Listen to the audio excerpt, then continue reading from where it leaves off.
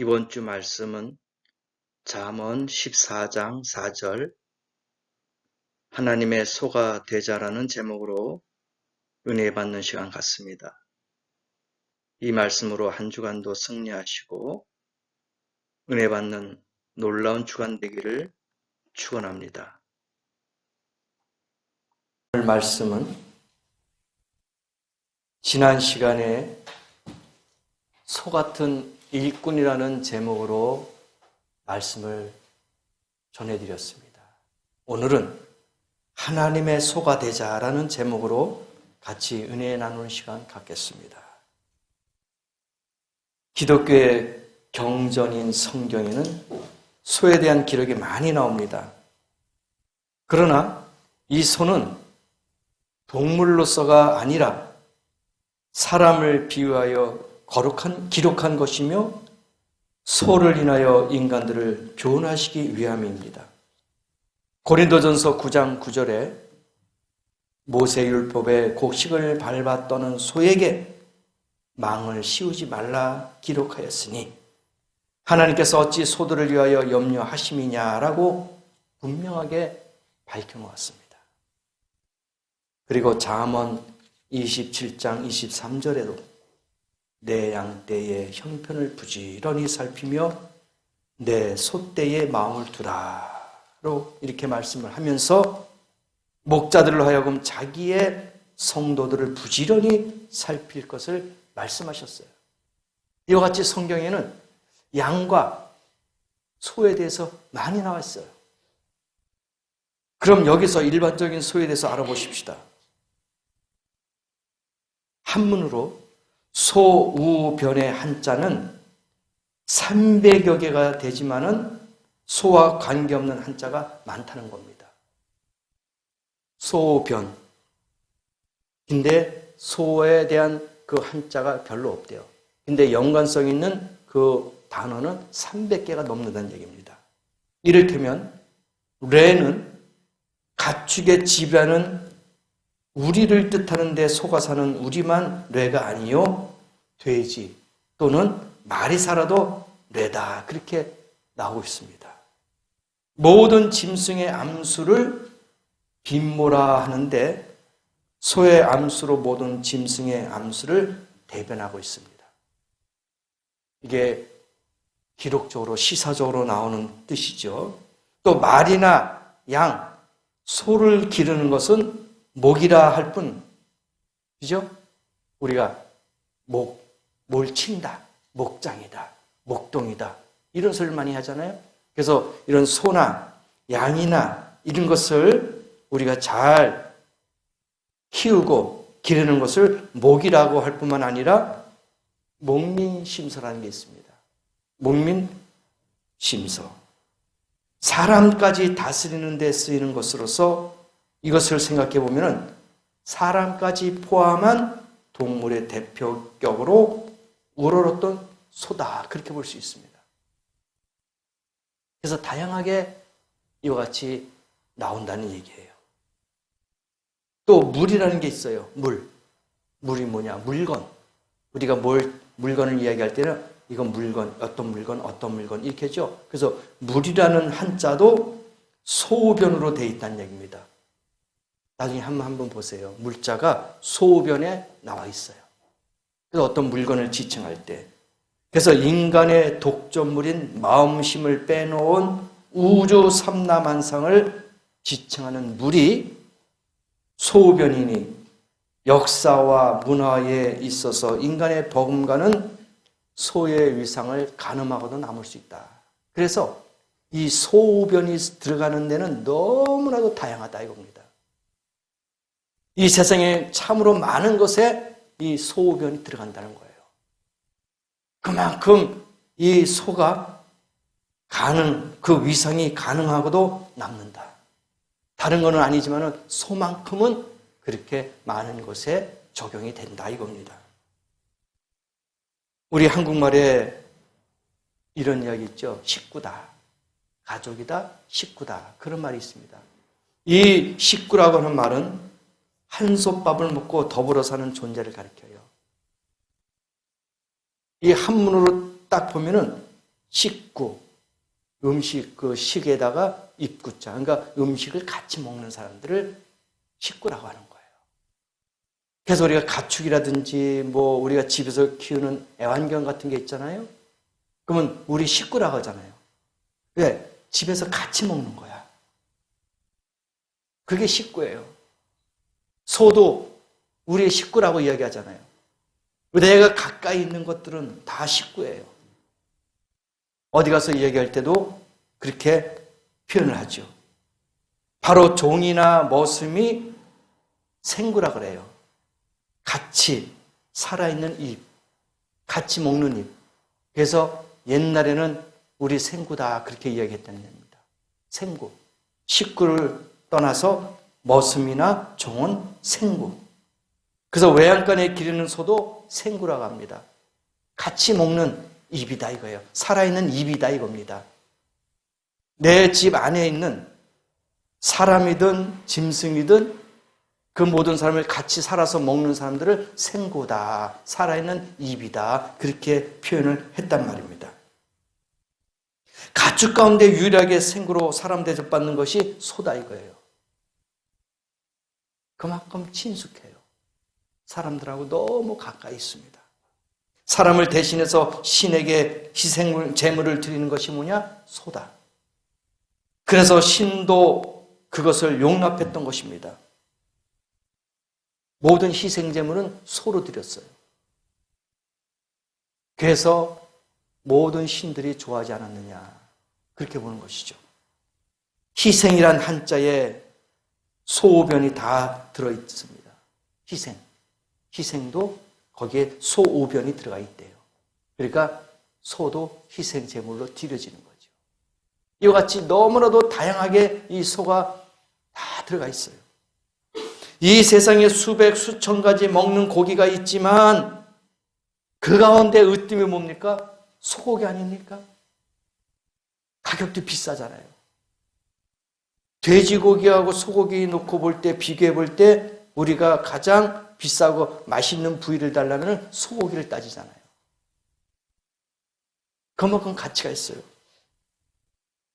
동서고금을 다 따져봐도 소고기만큼 귀한 육식은 없단 말입니다. 다 좋아해요. 다양하고 고기뿐만 아니라 최고의 가르침을 우호라 하는데 바로 소젖으로 만든 요구르트라는 제호에서 비롯됐답니다. 그게 우호래요. 요구르트에서 제호에서 비롯된 것이다. 불경에서 최고의 맛을 제호미라고 그렇게 이야기합니다. 제호미.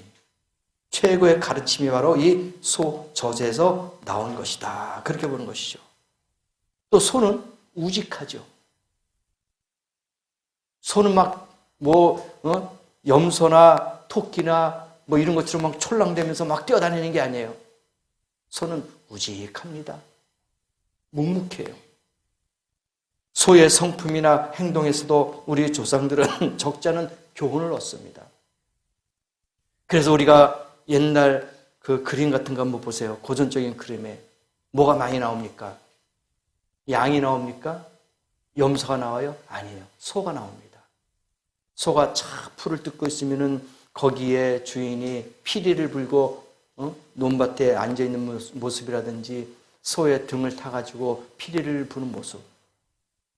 그러니까 옛날서부터 조선시대서부터 아니 그 이상에서부터 소는 사람하고 너무나도 가까이 있는 그런 동물이에요. 모든 것에 다 소가 포함되어 있단 말입니다. 우리 조상들은 소에는 8가지 덕목이 있대요. 조상들이 이야기합니다. 첫 번째, 소는 서두르지 않고 꾸준하다는데 그 일덕이다. 서두르지 않고 꾸준하다. 그게 첫 번째 덕이래요. 두 번째는 돌밭이건 진창이건 가리지 않고 피하지도 머뭇거리지도 않는데요. 어떤 돌짝밭이든지 어떤 진흙탕이든지 그냥 앞으로 전진한대요. 서지 않는데요. 이게 두 번째 덕이랍니다. 세 번째가 자신이 하는 일을 되새겨 그 잘못을 반성하는 되새김이 소의 삼덕이다. 반성하고 그 다음에 되새김하는 거, 삼덕이다. 네 번째는 언덕에 어미소와 새끼소가 나란히 누워있는 것을 보고 평화로움을 느끼지 않은 사람은 없을 것이다. 쉽게 말해서 자애로움이 소의 사덕이다. 자애로움. 자기 새끼하고 송아지와 같이 풀을 뜯어먹는 거 보면 너무나도 평화롭다 이거예요. 싸우지 않습니다. 서로 먹으려고 막 다투면서 싸우지 않고 양보하고 또는 평화스럽게 풀을 뜯어먹는다. 이게 소의 사덕, 자애로움이다. 다섯 번째가 재물을 안겨다 주는 것이 소의 오덕이다. 재물을 안겨준다. 지난 시간에도 말씀드렸죠. 소는 버릴 게 없어요. 피에서부터 가죽, 뼈, 살, 내장 전부 다 필요한 거예요. 버릴 게 하나도 없습니다. 그래서 어떠한 형태로든지 재를 몰아다 줄 길몽이다 이거예요. 재물을 몰아다 줄 길몽이다. 여섯 번째가 소는 불행과 병을 몰아오는 귀신을 막아주는 것이 육덕이래요. 불행과 병을 몰아오는 귀신을 막아준대요. 그래서 옛날에는요, 이 쇠뼈다귀를 문전에 걸면 악귀가 집에 들어오지 못한대요. 소뼈. 그걸 문 앞에 걸어 놓는 거야. 그러면 악귀가 못 들어온대요. 또 소의 그 끼는 그 곶두레라고 하지요. 곶두레를 문전에 걸어둬도 귀신이 무서워서 못 들어온대요. 그래서 시골 가면은 그 곶두레가 많이 있는데 그걸 진짜 문 입구에 그 옆에 많이 걸어놓은 데가 있었어요. 그 귀신을 막아준다는 그러한 생각을 갖고 있다. 일곱 번째가 잡다한 세상사에 초연하게 유유자적함이 소가 인간에 과시하는 칠덕이다. 그러니까 잡다한 세상사에 초연하게 유유자적한다. 이거 여유가 있다.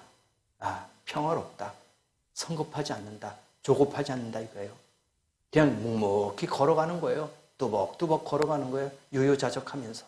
그게 일곱 번째. 여덟 번째가 초월자의 과정을 인간에 교시하는 것이 팔덕이다. 그러니까 초월자의 과정을 인간에게 교시하는 것. 무슨 말이냐? 속세로부터 선의 경지에 이르는 15도가 그것이다 이겁니다. 그러니까 소가 이 8가지의 덕목을 가지고 있대요. 다른 것에 대해 표현을 그렇게 하는 동물은 없어요. 오직 소에만. 소는 있어야 합니다. 꼭 필요한 거예요. 소를 기른다는 것은 어려운 거예요. 쉬운 게 아닙니다. 신경도 많이 쓰고 부지런해야 돼요. 또 꼴을 먹이고 보호하며 이 기른다는 게 쉬운 게 아니잖아요.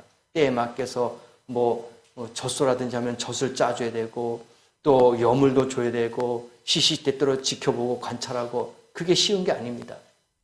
참으로 어려워요. 그런데 아무리 어려워도 소는 있어야 합니다. 부모에게 자녀가 있어야 하며 왕에게 백성이 있어야 합니다. 그러나 사람에게도 소가 필요한 거예요.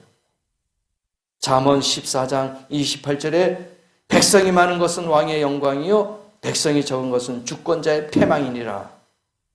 이같이 교육자에게 있어서도 교인들이 바로 면류관이 되는 거예요. 기쁘며 영광이 되는 거예요. 데살로니가전서 2장 19절 20절에도 나오잖아요. 백성들, 성도들이 바로 기쁨이요 영광이라는 겁니다. 본문에 소가 없으면 구유는 깨끗하려니와 소의 힘으로 얻는 것이 많다. 그러니까 소득이 많다는 거야, 소를 통해서. 그래서 소는 꼭 필요하다 이겁니다.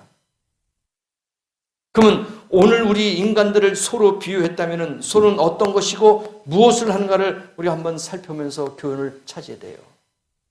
소는 주인을 알아봅니다. 그렇죠? 자기 집을 알아요.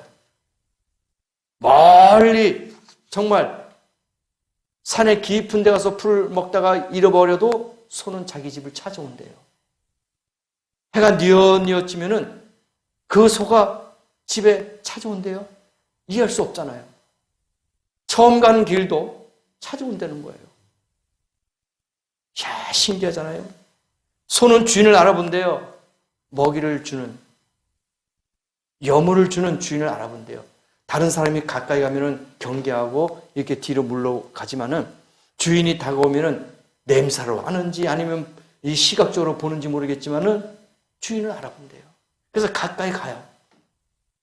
교감이 되는 거예요. 그래서 소는 주인을 알아본다. 이사야서 1장 3절에 소는 임자를 알고 나귀는 주인의 구유를 알건만은 이스라엘은 알지 못하고 나의 백성은 깨닫지 못하는도다. 소만도 못한 것이 사람이란 얘기예요. 이스라엘 백성들은 나를 알지 못한다. 소는 그 주인을 안다. 근데 너희들은 왜 나를 모르느냐? 책망하는 거예요. 짐승보다 못한 것이다 이거예요, 너희들이. 왜 하나님 이스라엘 백성들이 모르느냐 이거예요. 오늘 이 시간에도 마찬가지예요. 왜 너희가 나를 모르느냐? 왜 나를 멀리하느냐? 소보다도 못한 사람이다. 그렇게 책망의 소리가 들리는 거예요. 이러한 책망의 소리가 우리 귓가에 들려지면 안 되는 거예요. 매일매일 주님과 함께 동행하고 주님과 함께 할 수 있는 그런 일꾼이 되어야 된다는 얘기죠. 주인은 늘 소를 이끌고 갑니다. 소는 주인이 이끄는 대로 딸려가요. 오늘도 주님께서 우리를 인도하고 있는 줄을 믿습니다. 우리는 그 주님을, 주인 되신 주님을 따라가는 양이 되고 소가 되어야 될 줄 믿습니다. 그래야지 길을 잃어버리지 않아요. 외롭지 않습니다. 두렵지 않아요. 왜? 주인이 나를 보호해 줄 거니까. 주인이 나를 먹여줄 거니까. 주인이 이끄는 대로만 가면 되는 거예요. 그래서 호세아서 6장 3절에 우리가 여호와를 알자. 힘써 여호와를 알자. 그의 나오심은 새벽빛 같이 일정하니 비와 같이 땅을 적시는 늦은 비와 같이 우리에게 임하시리라. 6절에는 나는 인애를 원하고 제사를 원치 아니하며 번제보다 하나님을 아는 것을 원하노라. 하나님 아는 것이 먼저래요. 너희가 아무리 많은 제물과 제사를 드린다 할지라도 나를 아는 것이 먼저다. 나를 먼저 알아라 이겁니다. 사람이 아무리 지식과 재산을 모으고 권력을 잡았으며 선한 일을 많이 한다 하더라도 부모를 모른다 하면 이에 더 큰 슬픔이 어디 있으며 죄악이 어디 있겠냐 이거예요. 이거는 불효자입니다. 마찬가지예요. 백성의 마음을 아는 지도자가 되어야 됩니다. 내가 이런 위치에 올라갔으니 교만하면 하나님이 내리실 겁니다. 밑에 있는 사람들을 바로 이해를 하고 알아야 됩니다.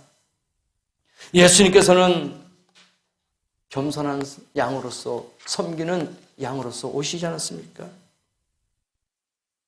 손은 끄는 대로 갑니다. 나를 따라오너라 할 때 따라가는 거예요. 소가 힘이 세잖아요. 그런데도 주인이 끄는 대로 따라와요. 순종하는 겁니다. 그래야지 편한 거야. 우리 목자이신 예수님께서 선한 것으로만 인도하시는 줄을 믿습니다. 소는 주인을 따라가는 것만이 사는 길이요 복된 길이라는 것을 알고 있어요. 시편 23편 1절서부터 4절 말씀에 여호와는 나의 목자시니 내가 부족함이 없으리로다. 그가 나를 푸른 초장에 인도하시며 쉴 만한 물가로 인도하시는도다. 주님이 인도하시는 것이 풍족한 꼴이 있고 생수가 있고 건강이 있고 보호가 있고 안위가 있다는 얘기입니다. 오늘도 주님의 음성을 듣고 따라가십시다. 이끄는 대로 따라가지 않는 곳에는 여러 가지 위험이 따르다는 것을 아셔야 됩니다. 그 길이 힘든 길이고 어려운 길이라도 젖과 꿀이 넘치는 생수가 있는 그런 곳이 여러분에게 펼쳐질 줄 믿습니다. 따라갈 것입니다. 소는 멍에를 맵니다. 멍에를 맺는다는 게 뭐예요? 자기 목에다가 매는 게 뭘까요? 이거는 주인을 위해서 봉사한다는 거예요. 멍에가 봉사하는 거야. 소가 멍에를 매는 이유가 뭐 있겠어요? 일을 하는 겁니다. 밭 가는 거예요. 논을 가는 겁니다. 이게 봉사예요. 그리고 새끼를 낳아야 하고 젖을 먹여 길러야 합니다. 매일매일 일해야 됩니다. 쉬는 날이 없어요. 이게 하나님 앞에 우리가 해야 할 일들이라는 얘기죠. 우리가 쉬면 안 되는 거죠. 매일매일 주님의 말씀을 읽고 보는 것도 봉사입니다. 이것도 일이에요. 쉬지 않고 해야 됩니다. 사무엘상 6장 7절에도 새 수레를 만들고 멍에 메어 보지 아니한 젖 나는 소 둘을 끌어다가 수레를 소에 메우고, 지난 시간에도 말씀드렸잖아요. 법궤를 옮길 때 벳세멜에다 옮겨갈 때 어떻게 했어요? 아직까지 송아지 젖을 먹이는 그 멍에를 매지 않은 그 젖소, 그 소 두 마리를 갖다가 메고 거기다 멍에를 메고 수레를 새로 만들고 하고 법궤를 싣고 갑니다. 그때 두 송아지 젖먹이 송아지를 떼버리는 거예요. 봉사입니다. 희생이에요. 아픔과 슬픔이 있어도 주님을 위해서 나가는 겁니다. 이것이 오늘 주님이 우리에게 또 말씀하시는 멍에를 매라 이겁니다. 수고하고 무거운 짐진 자들아 다 내게로 와라. 내가 너희를 쉬게 하리라. 나는 마음이 온유하고 겸손하니 나의 멍에를 메고 내게 배우라. 너희 마음에 쉼을 얻으리니 이는 내 멍에는 쉽고 내 짐은 가벼움이라. 마태복음 11장 28절 30절. 멍에를 매라 이겁니다. 마치 남편을 모시고 사는 여인이 멍에 맨 소처럼 얽매여 있으나 그래도 그것만이 여인이 느끼고 최고의 보람이요 행복과 같다는 거예요.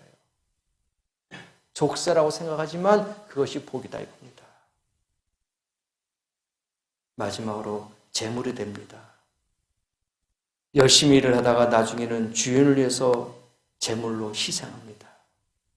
레위기 4장 4절과 12절까지 말씀 보니까 수송아지를 회막문 여호와 앞으로 끌어다가 그 수송아지 머리에 안수하고 그것을 여호와 앞에서 잡을 것이요 기름 부음을 받은 제사장은 그 수송아지를 의를 가지고 회막에 들어가서 사무엘상 6장 14절에는 수레가 벳세메스 사람 여호수아의 밭 큰 돌 있는 곳에 이르러 선지라. 우리가 수레의 나무를 패고 그 소를 번제로 여호와께 드리고, 소로 하나님 앞에 번제를 드렸어요. 법궤를 메고 간 소를 희생제물로 드렸어요. 안타깝죠. 젖을 먹였던 그 소를, 그 법궤를 지키고 갔던 그 소, 베스메스로 갔던 그 소를 두 마리를 잡아서 하나님 앞에 희생제물로 드렸어요. 털도 가죽도 살도 뼈도 내장도 전부 다 드리는 겁니다. 그러나 이것은 죽는 것이 아니라 주인의 살과 피가 되어 주인과 함께 영원히 사는 비결이란 말입니다. 우리가 죽는다 할지라도 우리는 그냥 끝나는 게 아니에요. 주님과 영원히 천국에서 사는 그런 복된 삶을 산다는 거예요.